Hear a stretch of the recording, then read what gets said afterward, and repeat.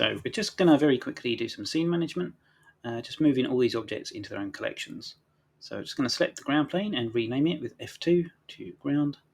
Select all the tracks, sleepers and sleeper bins, and press M to move to a new collection called track. We can then collapse that over here and hide it. And then I want to select everything else, press M, move to a new collection, and I'm going to rename that to cart. Okay, that's it, and now we're ready to move on. Before we start filling the cart with the ore, we're going to have a look at some reference, and we're going to make this material first. So you can see from the reference that we've basically got a rock, which is very granulated and porous, and then within that we've got veins of gold that go through it, sometimes in streaks and clumps, and some of this is smoother and shinier than others. So we're going to have a go at recreating this texture, and then we're going to work on applying it to the ore. So in a new Blender file, I'm just going to delete the cube that I have as default, and I'm going to add in a mesh monkey. And I'm just going to, I'm going to leave that at the size it is, but I'm going to give it 2 subdivisions over here and just shade smooth. Okay, I'm going to split this into a shader editor on the right and rendered view on the left. And just turn off these overlays and the toolbar, just so we've got a nice clear picture over here. Let's just hide the side panel in this and then apply a new material. So first thing I want to do is set up ambient occlusion, which is something I always do. So if you go to search, ambient occlusion is usually at the top. Then under converter, add a color ramp. Then under color, add a mix color. And you can connect these up. Color ramp into socket A, and then the mix into the base color. Set the factor on the mix to 1, and then change it to multiply. Now you've got control over the ambient occlusion, which you can see there on the monkey. And I usually set that to around 0.4 just as a starting point, and then the second color slot will control the actual color. So that's the first step out of the way. Next, because we want the color, we're basically going to work on the rock material first of all, just so you know what we're doing. So first we want a texture, a noise texture. Select that, press Ctrl T with Node Wrangler. That will add in the mapping and texture coordinates, and I'm going to change that to object. And then we also need another color ramp. So I'm going to Shift D to duplicate that one from up here, press backspace to reset it, and then plug the noise through that and into the base color, the second color slot of the multiply node, sorry. You can see now that this gives us control over the noise, so we can work on that as we like. So again, this is the rock material, and we're going to need multiple color stops within this. And they're all going to be a kind of browns and greys, maybe some blues and yellows in there as well. But to start with, I'm just going to set them to something so that there's some variation in there. If we bring the darker one out, actually let's make that a bit darker just so we can see it clearer. And then let's add another one here. Let's make that one a little bit yellow. There's no massive great science to this. This is all trial and error at this point. You can make your own. And with this one, let's go back to dark and desaturated, maybe. Can't actually see this one on the model. Maybe move it out a bit.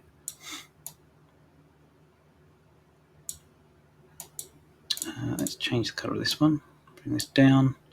You can see that some of these parts are getting like rings around them, which is good because we want lots of granulation in this. This is going to be sort of like a hard stone. We don't have the color doesn't have to be perfect first go either, because we will be running it through a hue node at the end. So don't worry too much about it. I'll crank the detail all the way up to 15. And you can see that it's really starting to get some fine detail in there, which is good. With the roughness value, if you drop it down to 0, everything goes smooth and blurry. And if you go too far the other way, it's almost too grainy. So you want somewhere in between, maybe a 0.7 and a 0.8. Usually looks good. I'm going to up the, no idea how you pronounce this word, lacunary. Laguna. I don't know. 3 point something seems to work well to get this sort of mottled effect. Again, I'm not a big fan of the yellow. It's looking a bit too yellow for my liking, so I'm going to drop that down. I might even bring that over, maybe over here. Maybe desaturate some of these browns as well. I kind of want it to look more grey than anything at the moment.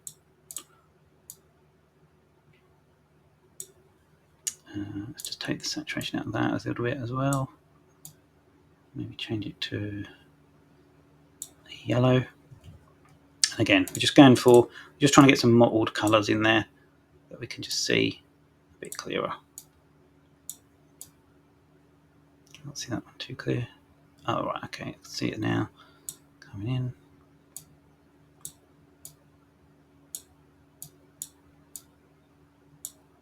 Again, it's a bit too strong with that colour, so I'm going to drop that down there and make it a darkish brown maybe. The blue is really standing out now as not matching the rest of it. So let's bring that over there. Saturation down, darkness down.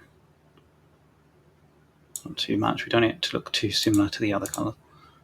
With that, let's drop that one down as well. Not sure. We can sort of spread these out and make different. That's quite good actually. That kind of brings some green into it. Quite like that. Anyway, as I say, we'll be running that through a hue node towards the end anyway. With this, you can also use it to, if we go up here and add a bump node, you can use this to drive the height of the normal, which when you do this is clearly way too strong. And a lot of people will drop the strength on this, and you are actually better off dropping the distance. So if I drop this down, if I just scroll this, by the way, it will jump way too quick. So if you hold shift, it will do it in increments of 0.10. And you just want it to be a very subtle effect, just slightly raised up, like a sort of relief pattern all over it. You can see that's looking pretty good. Also, because it's rock, we want it to be less reflective and more rough, so I'm going to raise that to about 0.7. Okay, so that's looking okay so far. And again, at any point we can just drop in a hue node in here, and if we want to make it more of a red colour rock, we can tinge it towards that. We can take the saturation out or darken it if we want it to be kind of like the red rock you might get in Australia, or you can make it a sort of completely grey rock and darken it if you want it to look like it belongs in a cave.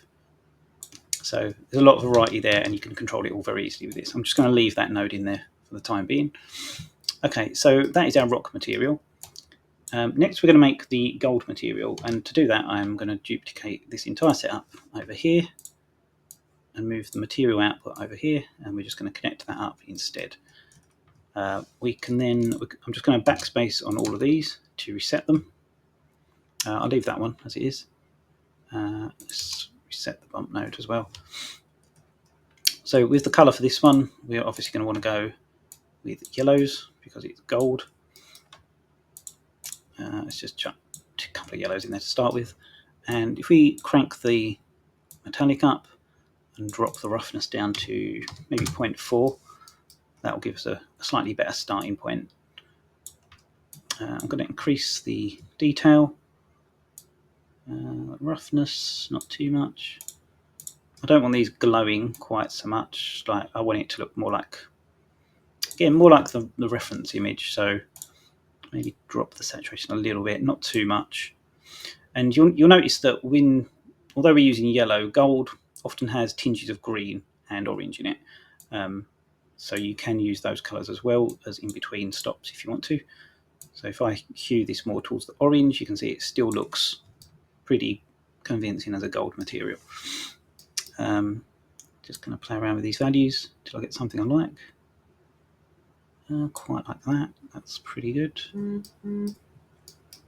Sorry if you can hear that. It's just my phone beeping off. Right, I'm just going to drop this down just so it's not quite as strong. again, just to get that sort of crumpled material. It's quite a job to get it to look smooth in some places and rough in others. But it's just a case of fine-tuning it. The trouble is, if you get it to look too even, then you will make it look like tinfoil, which you obviously don't want. You can add in a little bit of distortion just to give it some swirls, which always helps. And you can also, because we're using different texture coordinates on each one, we can stretch the material as well. So if we drop this down, again holding shift so that it doesn't jump by huge amounts, we can stretch it in the X by dropping it, the Y by raising it, and maybe raise it in the Z just a little bit, just so we get a different type of streakiness in there. Okay, so I think that's pretty much it for that part. Next, we're going to combine both of these. So select both and press Ctrl 0, and that will add them into a mix shader. And if we're on 0, it's the gold, and 1 is the rock. So next, we're going to plug something into the factor to control where these are displayed. And we can use another noise texture for this. Add in another color ramp, control where it's shown. Plug that straight in there into the factor. Add in texture coordinates again in case we want to scale it independently of the actual materials. And I'm just going to crunch these together just so we've got a clear separation of where it's the gold and where it's the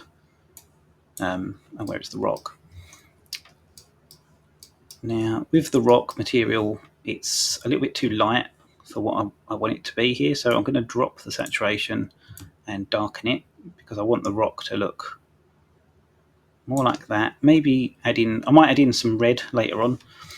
Just I kind of like the idea of it being in a sort of a dusty cave. But yeah, so this section here is entirely controlling the separation between the two materials. So if we add that, move that up, that will add in a bit more separation between them. And then it's just a case of fine-tuning the values, really. So the white is controlling how much is covered with the gold, and the black is controlling how strong the gold is in the bits that are revealed. I do want it to kind of feather out towards the end edges because as you saw from the reference, it does sort of streak across the material in places. We can achieve that as well, again, just by stretching the way this is mapped. So I'll drop this right the way down there. You can see it sort of puts it in veins going through it. Also add in a little bit more distortion. Might increase the Y value as well, just to really give it that stretch.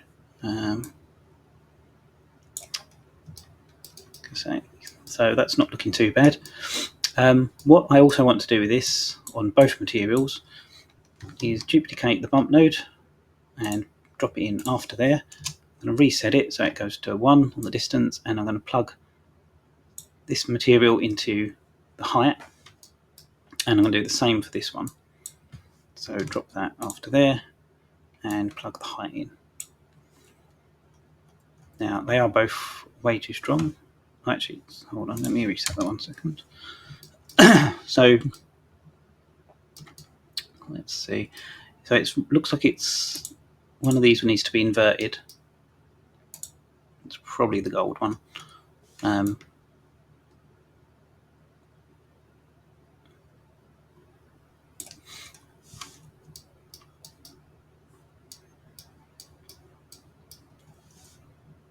So yeah, that's looking all right.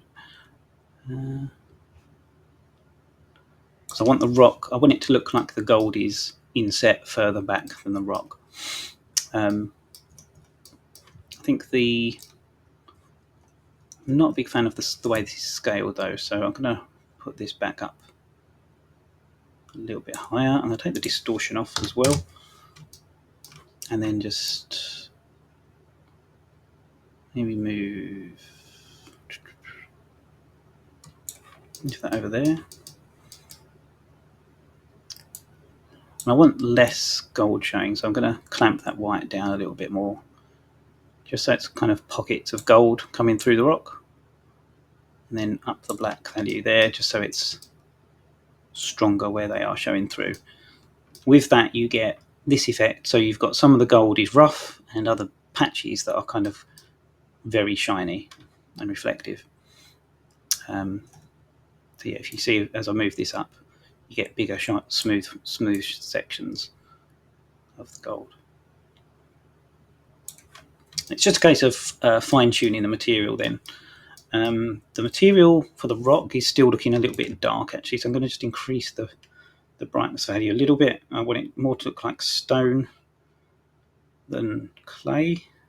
And actually, you know what, I'm going to add in a contrast node as well, just so I can get those colours to darken within themselves, if that makes sense. Add a bit more brightness in. It's very fine tuning. Okay, yeah, so that's not bad. I have done one of these already that I spent ages fine tuning, but I just wanted to show you quickly how to make this so you can make your own one. They're not all going to look the same, obviously.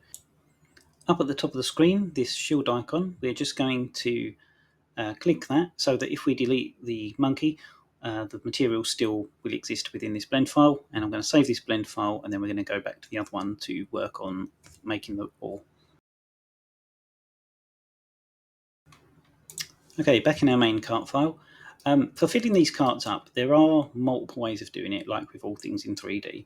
So I can make a pile of rubble and, using physics, drop it into this cart and fill it up and leave it at that. I could then slap on that material we just made.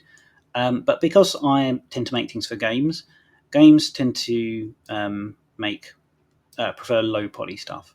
So there's actually another technique I'm going to show you here, and we are going to use a physics simulation to make a pile of rubble that we're going to make as the gold ore, but we're then going to bake it to a plane that sits within this cart. So the first step we're going to do is we're going to need to make something that's the right size, and we're going to use the top of the cart to do that. So select that and select these top two faces, Shift D, right click, P, separate by selection, and if we select those, these currently exist within this cart layer, so I'm just going to press M to move them to the scene collection and then hide the other objects. So these are the outer parts and we only want the inner part, so I'm just going to select those two edges, right click, press N to create a face, change to face mode and invert, and then press X to delete those. And if you look, this object now sits perfectly within the cart. Okay, and we're going to use this to basically become a well for the objects to sit in. So I'm just going to extrude this down on the Z-axis to there, doesn't really matter. Select the loop around the edge, and then extrude, right click to cancel, and then scale, Shift Z in all directions. In X-ray mode, I'm then going to select this top face, and I'm going to extrude this down, but I want to extrude it down by a very sort of specific height, because I only want sort of 2, maybe 3 layers of rubble to collect in there. So that's about the size of the rubble blocks that I want. So that's about right. Next, I need to make an object fracture, and I've done some trial and error with this. So first I'm going to add in a cube and move it up on the Z-axis. Next I'm going to add in a mesh UV sphere, and I'm going to shift select the cube, snap, and snap selection to active. So just going to X-ray mode, the sphere is currently within that. So I'm just going to scale that down slightly, and I'm going to shift select the cube again and parent it to object. Out of X-ray mode, I'm just going to turn the wireframe on for the cube. Next, we need to make sure that the cell fracture add-on is enabled. So we go to the Edit, Preferences, you type cell up here. We have this option here, and I've already enabled it on my one. Next, I'm going to use the search function to find cell fracture, which is at the top here. And I'm going to select child verts. The source limit I'm going to change to 700. The noise to 1. And that give it 1 level of recursion. Set it to random, and just increase the randomer very slightly. I found these values work well for this, but you can experiment and see what size pieces you want to get. When you click OK, it will calculate all the fractures for these objects. And then there'll be a second pass when it does the refracture. So it will chop some of these smaller pieces up into even smaller pieces. We'll probably need to scale all of this in as well because it's much larger than the hole that it's going into at the moment. Okay, and you can see it's fractured all these pieces. We've still got the original object, the cube, that we made this from, so we can delete that. And right at the bottom, we've also got the sphere in the middle. We don't need that either. Then I'm going to box select all of this and press M, new collection, and rename that to ore. This just helps with selecting everything and keeping everything together. You can see that it's made 400 objects within this area. So the 700 limit is, I'm not entirely sure why it doesn't give exactly 700. May have been different settings at play there. So with all these pieces selected, I'm going to shift select that one and go into vertex mode and merge by distance. And you can see it's deleted 2,839 verts. I'm also going to go into edge mode and clear sharp. We don't need that at the moment. And then in face mode, I'm going to go to individual origins up the top here and scale all the pieces just so that they're not touching. The reason for that is if they are touching, when you run the physics simulation, they all kind of explode off away from each other, and you don't want that to happen because you want them to just fall down into this well that we've made. Okay, so that's most of that. Oh, one last thing we can do is if we do Control X, brings up the pie for the delete menu, and we can do a limited dissolve, and it just gets rid of a lot of unnecessary edges. It's still 5,000 faces for this entire collection, but we're not going to be using all 400 objects. Okay, so I'm just going to set that back as it was. And if I turn on the wireframe and go to the top view, I could scale this in just so it sits just slightly above the bounds of that hole that it's going to fall into. The pieces might be too large still, so I'm going to run this a few times and see if I can get a good amount of objects. So before we do anything else, with everything selected and then shift selecting one piece, we need to go to the physics tab, which is this icon here, and turn on rigid body. And this is currently only applying to this one last selected object, so we need to apply it to all of them. But before we do that, I also want to go under surface response and just crank this up to something over 8 and change the sensitivity. I want to put the collision margin on and just put it on the lowest amount. Okay, so that's only applied to that one piece. So if we go to the object menu, go down to rigid body and copy from active, that will then apply this rigid body to all of these pieces. You can see as I click through, it's still on all of them. Next, if we select this piece, we want to put on a rigid body passive object, and we want to change the shape from convex hull, which will do the bounding box. It won't recognise the well that we've made, to mesh, and then it will. When we press play, it will now play the simulation, and all these pieces will fall into this box and explode everywhere and spill off over the top. And we can just let that run maybe 80 frames or so, just so it's filled up that space, which is fine. So if we now right click on the collection, select all the objects, go into side mode, and we can just deselect the ones that are actually within the well and press X to delete. It'll just give us these ones here. I'm just going to delete some of these ones off the top that are overhanging, especially those weird jagged small ones that aren't particularly helpful. Okay, it's not looking too bad. Okay, so next thing we need to do, if we select everything and then shift select one of the objects, go up to this menu, object, rigid body, and apply transforms, and you'll see it jumps up here, and that's because we're still on frame 83. So I'm just going to use the arrow keys to reverse all the way back down to there, and you'll see that that's now placed them back within that thing as it should do.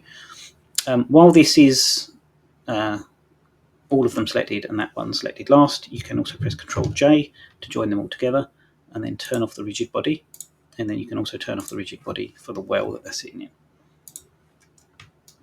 Okay, so with this selected, you can see it doesn't quite go to the bounds of this thing, so I'm just going to go into edit mode and just scale it up. I'm going to shift to Z so it's not on the Z axis, and I want it slightly within the bounds but not touching them. So that's all right for the Y, and then I'm just going to do it slightly on the X axis. Okay, that should do. And I quite like the fact that this is sort of bumping up over the top like that. It's that's looking quite good.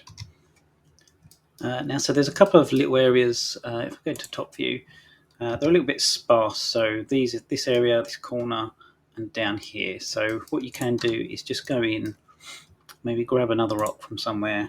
There's L, and then Shift D, and Shift Z, and then you can just move that over and put it in there. You can rotate it. Just try and fill up the spaces a bit better. It doesn't have to be perfect. The ones at the bottom are much less visible.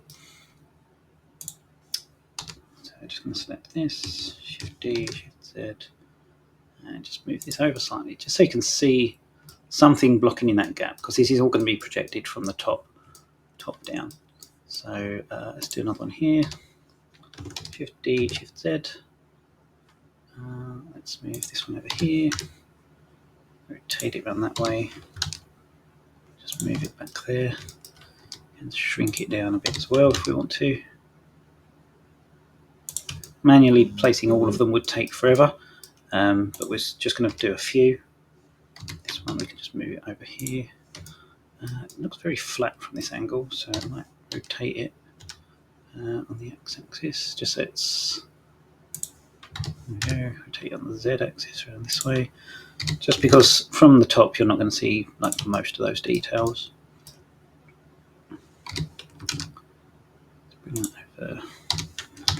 Bring that over here, select that piece, G, Shift Z, let's rotate that on the Z as well. We just want something to fill this gap in a little bit more.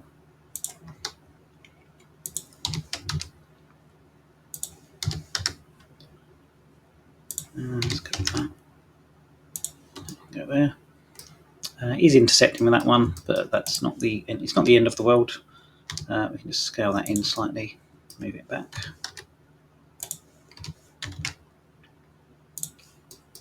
Okay, and then we kind of just want one little something over there. So let's grab this one, Shift D, Shift Z, rotate it, and then scale it down, and then just try and fit it into that corner somewhere.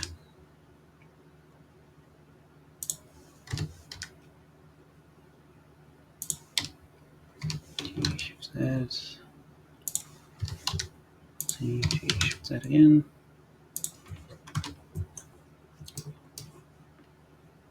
Okay, so from the top, that's a little bit more filled in than it was. We could just pull that one out a little bit more as well, just move that over, just so there's a lot more visual interest going on there.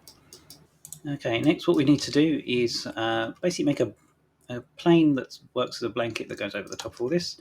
So I've already got this face selected, and I'm going to Shift D to duplicate it, right click, and P to separate by selection. We no longer actually need this outer part, so I'm going to delete that. And so we've just got this piece. Just check the face orientation, that is facing the wrong way. So I'm just going to go in and flip that, just so it's pointing upwards. And with this, we want to bring it up slightly for a start. Not so it starts intersecting through too many of the rocks, because it will start drowning them out. about there looks fine. That looks okay. Okay, and then I'm going to add in, let's see, nine cuts in this direction, and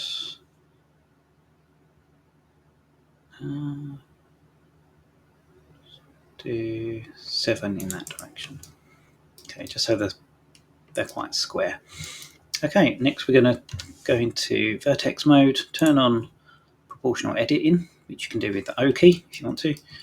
And then we're going to need to raise this up so that it covers the top surface. So you just press G, Z, and then you can use the mouse wheel to scroll to affect the fall off. We kind of want it to stay quite close to the geometry, but at the same time while still covering it. So I like to start with the corners, because the corners and the edges, because that just seems a good logical place to start to me. Let's start this one over here. If we just bring that up to there, and then we can bring some of these in afterwards. And here.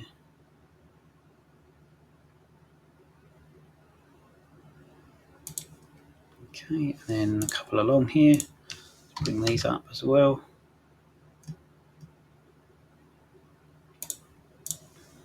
Bring this up.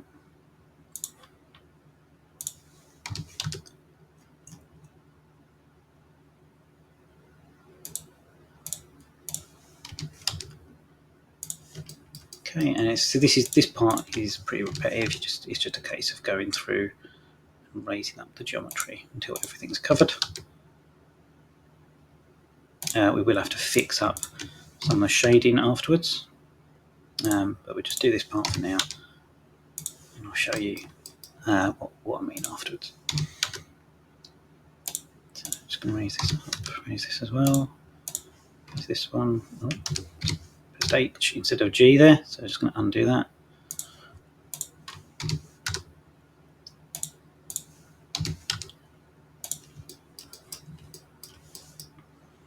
Okay, I'm just going to select a whole bunch at once here.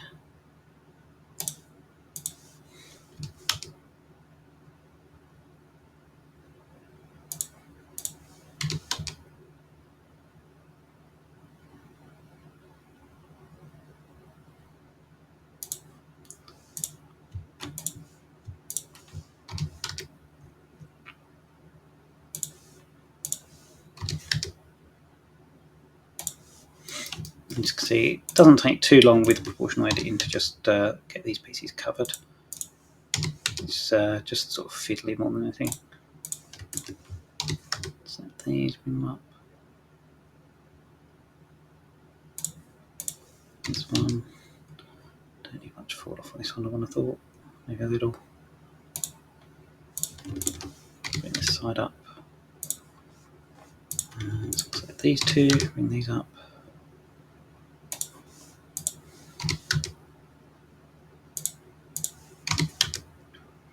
And again, it doesn't matter too much how bumpy this thing is. In fact, the bumpier it is, the better.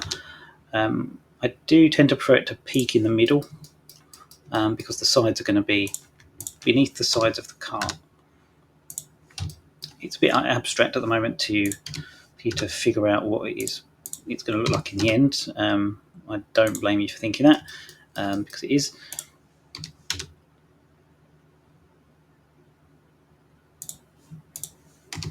Just going to raise this up over here.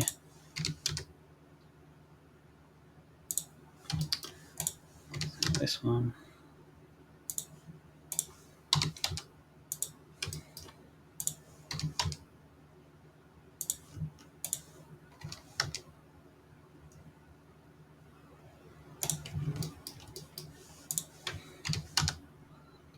I find that 9 cuts is quite a good amount. It will give about 80 or so faces for the same amount of visual appeal that you was getting with 5,000 faces from the actual rubble or from the cell fracture.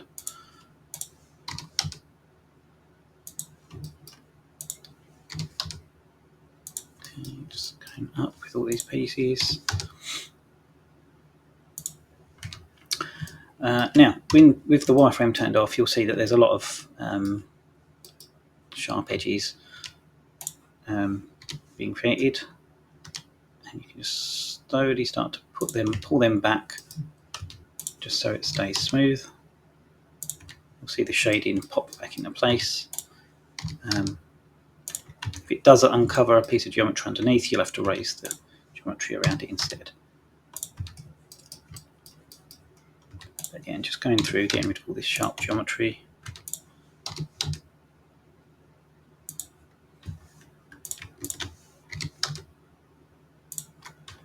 Okay, so erase that one instead. And these, let's raise all of this up, especially that one. Lower that one at all. A little bit, but not too much. This one, can't really go down with it, so maybe raise these ones up.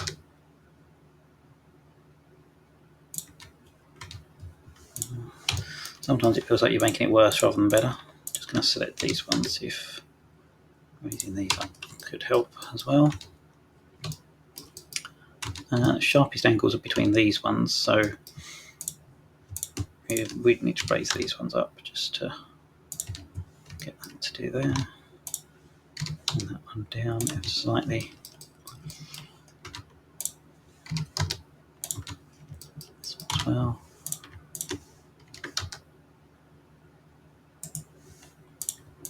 Raise this up. Okay, this one down slightly. That's caused a problem up there. And it is it's a bit like trying to panel beat a car to get rid of the dents. It's time consuming and it probably won't work. That's probably the wrong mentality. So just lowering this one down. Bad analogy, I mean. There we go. And then we just need to try and get rid of this last one. Probably for bring these up. They might break something over here. No, that's pretty good. So that'll do. Just in edit mode, just going to turn off proportional editing. And on this piece, I'm just going to shade smooth because we're going to be baking to this. So we're getting close to being able to bake this now. I'm just going to hide this. And what I want to do is append in the material that we made earlier. So I've got my own one that I've worked on over here. And I'm just going to bring across the shader editor so we can see what we're doing. I'm just going to select this, Shift Q. I've got material utilities installed. It's just a free add-on. And so I can just quickly apply that material to it.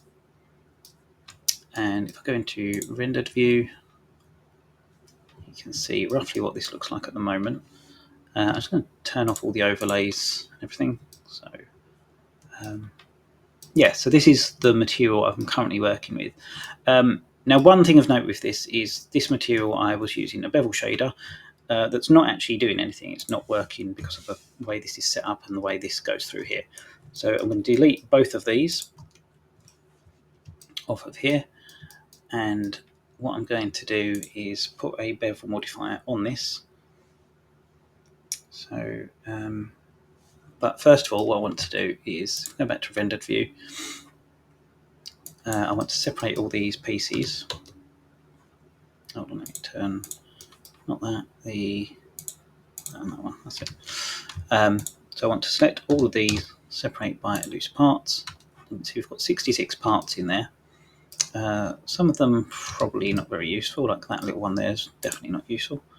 So let's just delete that. Yeah, so anything that can't be seen from above isn't useful. So like that one, you could delete that. It's not gonna matter in the slightest. Okay,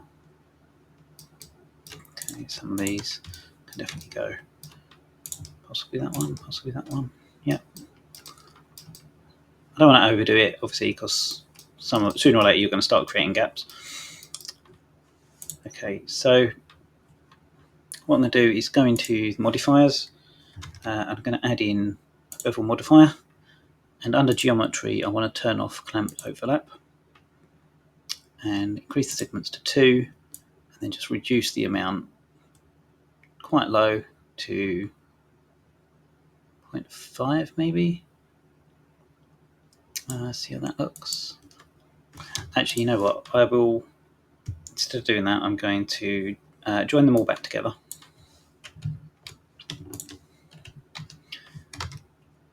And apply the bevel modifier as a whole. And that way I can see what I'm doing on all of them at once, and then I'll separate if needed. And the separation is just for mapping the material better. That's literally all that's for. So I'm just going to do shade smooth on these. And the reason I'm looking at these from above is because that's kind of how it's going to bake as a normal map. So 0.01. It depends how big you want these bevels and whether you want to get away with some of the shading that's going to appear on there. It's not too much of a problem. Weighted normals would help. Kind of does. I'm going to leave that as it is though for the time being. So with that now on there, we are now actually getting beveled edges in the right places, which is always good.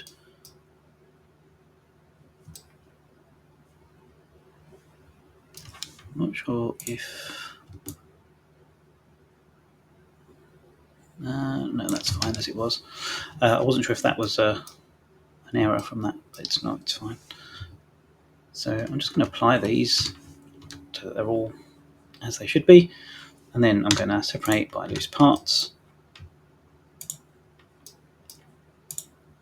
and then adjust the mapping for all of these, or the scale.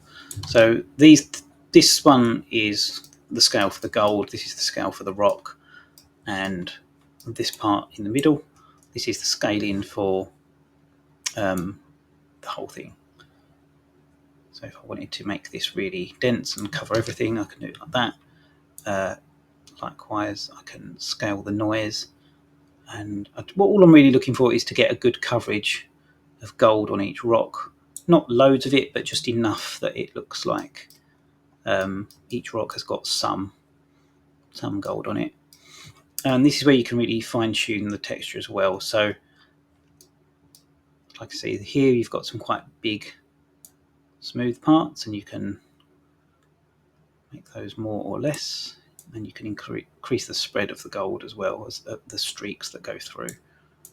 I kind of want that just to be slightly more subtle, if anything. Yeah, it's looking okay. The only thing I want to change with this now is might change the colour of the rocks themselves. So again, down here we've already got that set up to do, so I can increase the brightness quite a lot. And the saturation. If I increase the saturation, you can see they've got a kind of a red tint to them. So yeah, if I shift forward from red, I will eventually get to blue. And then if I just drop the saturation again, I get a very sort of a bluish grey rock that usually looks okay. Could do it darker. Try upping the contrast a little.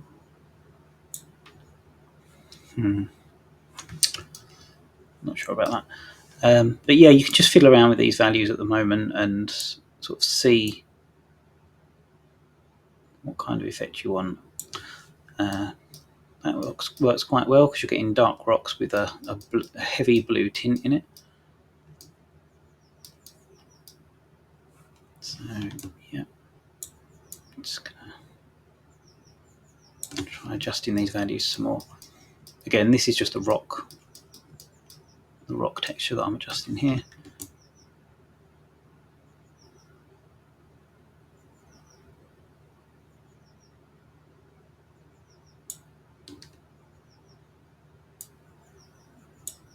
Crank this all the way up, see what... kind of like the idea of the red, and the trouble is it doesn't look great with the gold. So I might just go back to the blue. That one looks better. They might just increase the brightness there slightly. We'll get a slightly more natural looking stone, maybe drop the saturation a bit. That probably is the best I'm going to get with that for the time being. And yeah, we're going to try and bake that from above. Also, I've got a HDRI set up, and I'm just going to disconnect that and crank up the natural lighting because I don't want directional lighting recorded in this when we bake it. So you can see there more of what the surface of this thing is actually going to look like. We will also be getting the alpha channel in there, so these gaps will be visible. That's not a problem. To set this up for baking, I'm just going to quickly join all this together, which will keep the mapping that we've done for it. So yeah, we can unhide the cover now and select that, add new. We're going to be baking maps into this. So I'm just going to bring that up there, change to an image editor. Under render settings, I do also want to turn off very high contrast, which I just have on all my renders, just because it will help with baking the right colour information that can then be adjusted afterwards. And so we need to go under the bake. And with this plane, I am going to bake it quite high resolution, and then I'm probably going to shrink it down into an area of the normal map. Of the UV of the main cart. But for now, we do need to select it and just change this over to a UV editor, and then Smart UV Project. Oh, that's not looking great. So let's see if we can adjust the margins on that. Yeah, that's probably okay. If we go over here, we can change the display the distortion as well. It's not terrible, but it's not great either. Let's just have a look at some of the tools. We've got text tools, UV layout, UV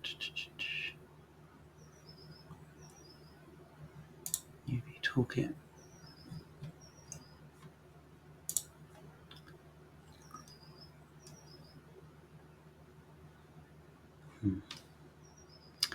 UV squares. Oh, hold on. Let's do that. That's probably the neatest version, but it's not necessarily the least distorted.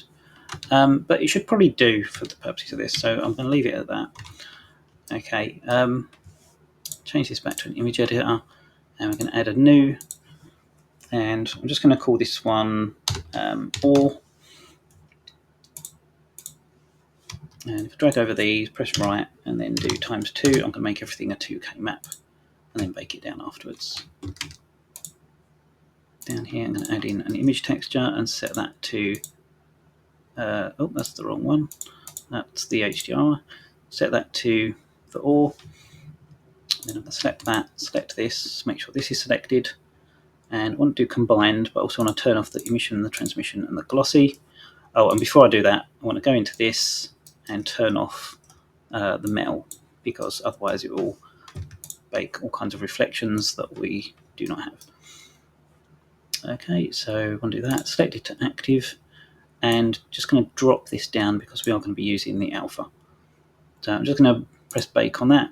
Okay, with that done, we need to remember to save, and we're saving that with the alpha channel so that we do get these gaps that we can plug in.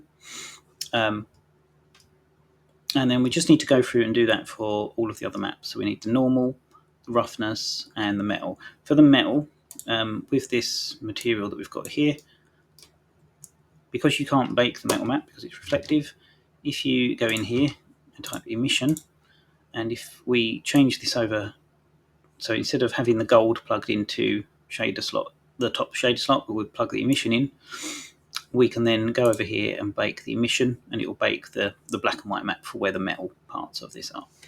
So I'm going to run through all those maps, and I'll see you when they're all done.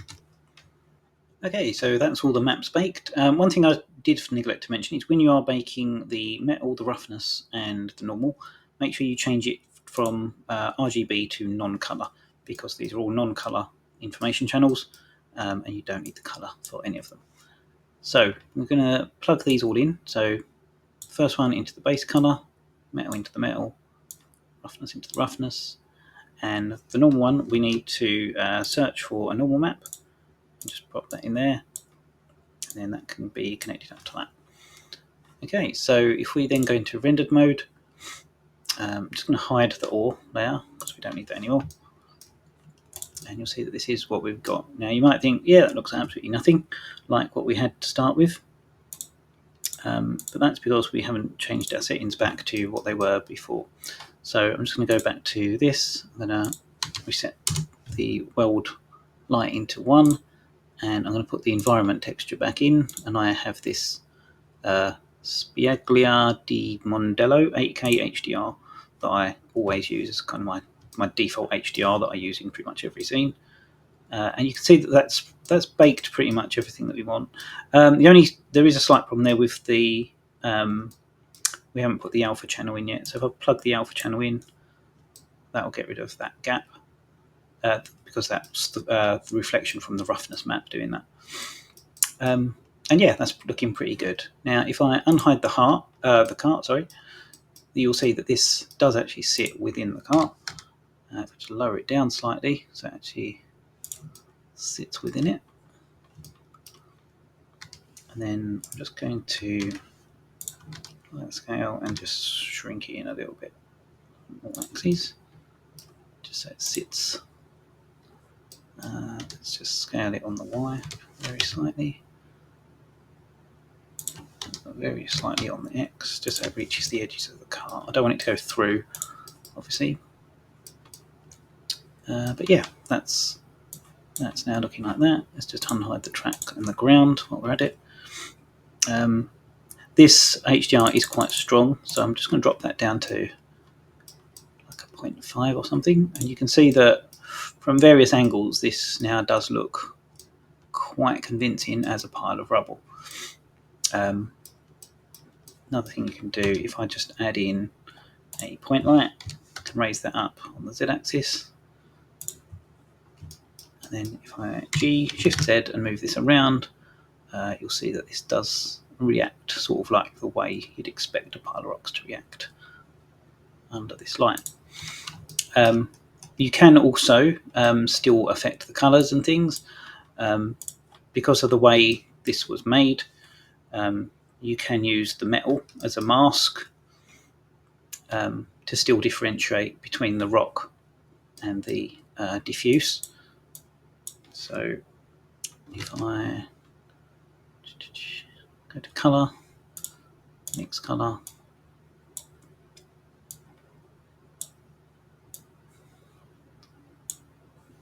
and change these over, you can see that I can still change the colour of, say, just the gold, or I could flip these channels round and do it so that it's affecting just the colour of the rock. So you're not really limited by having these baked out. Okay, so I'm going to finish setting that up the way that I want my one to look. You're welcome to do your own. And then I'm going to move on to the next stage, which will be doing the low poly and unwrapping of the cart itself.